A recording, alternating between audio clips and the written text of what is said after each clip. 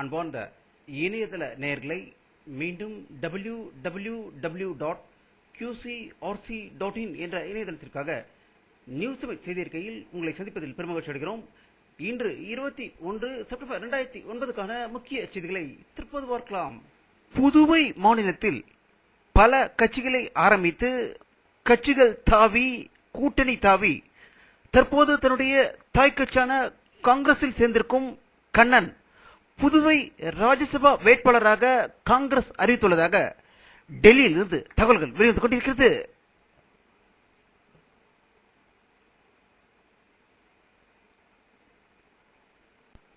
அதிமுக பொதுச்செயலாளரும் தமிழக சட்டப்பேரவை எதிர்க்கட்சித் தலைவருமான செல்வி ஜெயலலிதா அவர்கள் இன்று வெளியிட்டுள்ள ஒரு செய்தி அறிக்கையில் தமிழகத்தில் கச்சத்தீவு, காவிரி நதிநீர், பாலாறு, தமிழ் ஈழ மக்களின் உரிமைகள் என தமிழர்களுடைய அனைத்து உரிமையும் பறிபோனதற்கு முக்கிய காரணம் தமிழக முதல்வர் கருணாநிதி தான் என்றும், தற்போது முல்லை பெரியார் அணையும் தாரை வார்க்க காத்துக் கொண்டிருக்கும் தமிழக முதல்வர் கருணாநிதி அவர்கள் அதை தமிழகத்திற்கு உடனடியாக நிவாரணம் கேட்கும் வகையில் மத்திய அமைச்சர்கள் உடனடியாக ராஜினாமா செய்ய வேண்டும் என்று அவர் வலியுறுத்ததாக சென்னையில் இருந்து தகவல்கள் வெளிவந்து கொண்டிருக்கிறது.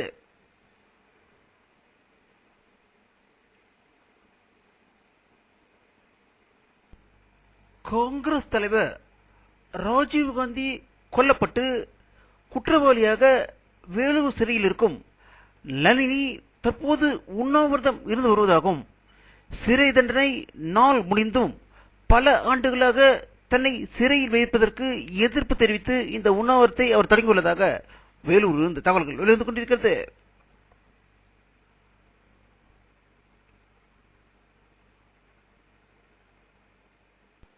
நியூயார்க் நகரில் அமெரிக்க அதிபர் ஒபாமா உள்ளிட்ட உலகின் 100 முக்கிய தலைவர்கள் கலந்து கொள்ளும் சுற்றுப்புற சூழல் குறித்த ஐநா மாநாட்டில் இந்தியாவில் சேர்ந்த லக்னோ சிறுமி யுக ரத்னா 13 வயது அவர் ஐநாவில் பேச இருப்பதாகவும், அவர் 9வது வகுப்பு படித்து வருகிறார் என்பது குறிப்பிடத்தக்கது.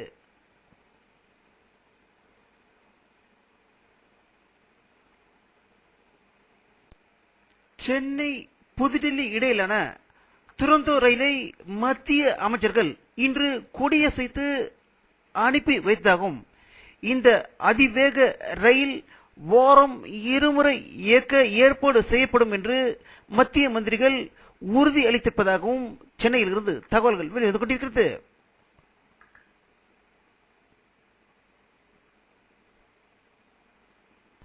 ஆப்கானிஸ்தானில் நேட்டோ படையினருக்கும் தாலிபான்களுக்கும் இடையே பயங்கர மோதல் தினம் நடந்து கொண்டிருக்கிறது.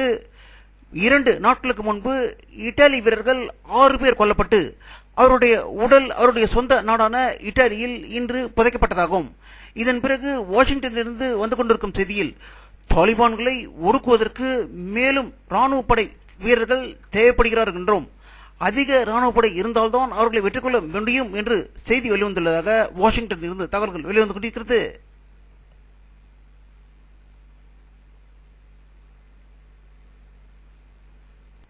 பாகிஸ்தான் நாட்டின் அணு விஞ்ஞானி மற்றும் அணு உற்பத்தியின் தந்தை என்று அழைக்கப்படும் ஏகே கான் அவர்கள் தன்னுடைய மனைவிக்கு எழுதிய ஒரு கடிதத்தில் லிபியா, ஈரான் நாடுகளுக்கு அணு உற்பத்தி சம்பந்தமான பல தொழில்நுட்பங்களை செய்து கொடுத்ததாகவும், வட கொரியாவுக்கு சில இயந்திர துப்பாக்கிகள் மற்றும் சில முக்கிய ஆவணங்களை அவர்களுக்கு அனுப்பி வைத்ததாகவும், இது அனைத்துமே எங்களுக்கு சீனா தான் கற்றுக் கொடுத்தது என்று ஒரு பகிரங்க உண்மையை அவர் வெளியிட்டிருப்பதாகவும், இந்த கடிதம் தற்போது வெளியிடப்பட்டு ஒரு பத்திரிகையில் இது வெளிவந்துள்ளதால் அமெரிக்க, ஐரோப்பிய நாடுகள் அதிர்ச்சி அடைந்திருப்பதாக தற்போது தகவல்கள் வெளிவந்து கொண்டிருக்கிறது.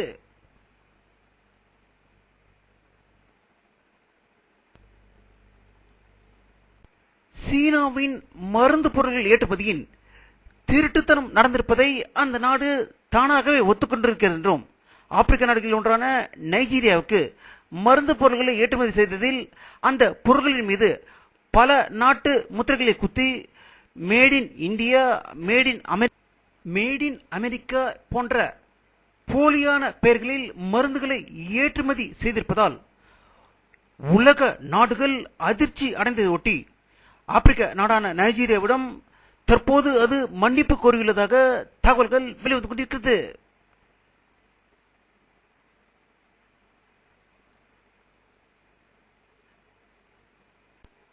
சென்னை அருகே உள்ள ஸ்ரீஹரிகோட்டா விண்வெளி ஆய்வு மையத்திலிருந்து PSLV 14 ராக்கெட் கடல்களை ஆராய்வதற்காக 23ஆம் தேதி புதன்கிழமை விண்ணில் செலுத்தப்படுகிறது என்றும் அதற்கான கம்டவுன் தற்போது தொடங்கியுள்ளதாக ஸ்ரீஹரிகோட்டாவிலிருந்து தகவல்கள் வெளிவந்து கொண்டிருக்கிறது.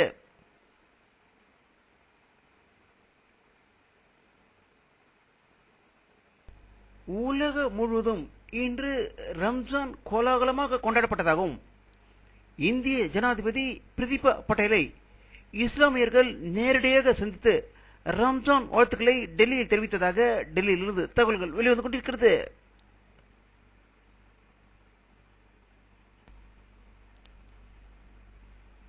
இந்தியாவின் வடகிழக்கு மாநிலங்களில் ஏற்பட்ட பயங்கர பூகம்பத்தில் 3 பேர் உயிர் இழந்ததாகவும் கட்டடங்கள் குலுங்கியதாகவும் அதிகமாக அசாம் மாநிலத்தில் நிலநடுக்கத்தின் தாக்கம் அதிகமாக இருந்ததாகவும் இங்கு 6.3 பதிவாகியதாக அசாமில் இருந்து தகவல்கள் வெளிவந்து கொண்டிருக்கிறது.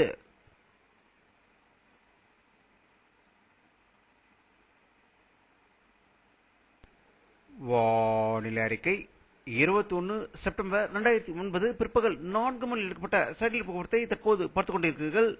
தமிழகத்தில் கோவை மாவட்டத்தில் தான் மேகமூட்டங்கள் காணப்படுகின்றன. மற்ற இடங்களில் மேகமூட்டங்கள் காணப்படவில்லை. கர்நாடகாவில் பெங்களூரில் அதிக மேகமூட்டங்கள் காணப்படுகின்றன.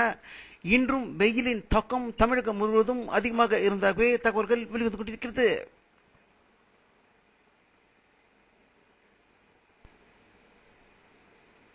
இத்துடன் இந்த செய்தி அறிக்கை நிறைவடைகிறது. மீண்டும் நியூஸ் தமிழ் செய்தி அறிக்கையில் உங்களை சந்திக்கும் வரை உங்களிடமிருந்து விடைபெறுவது உங்கள் கே பாலாஜி. நன்றி.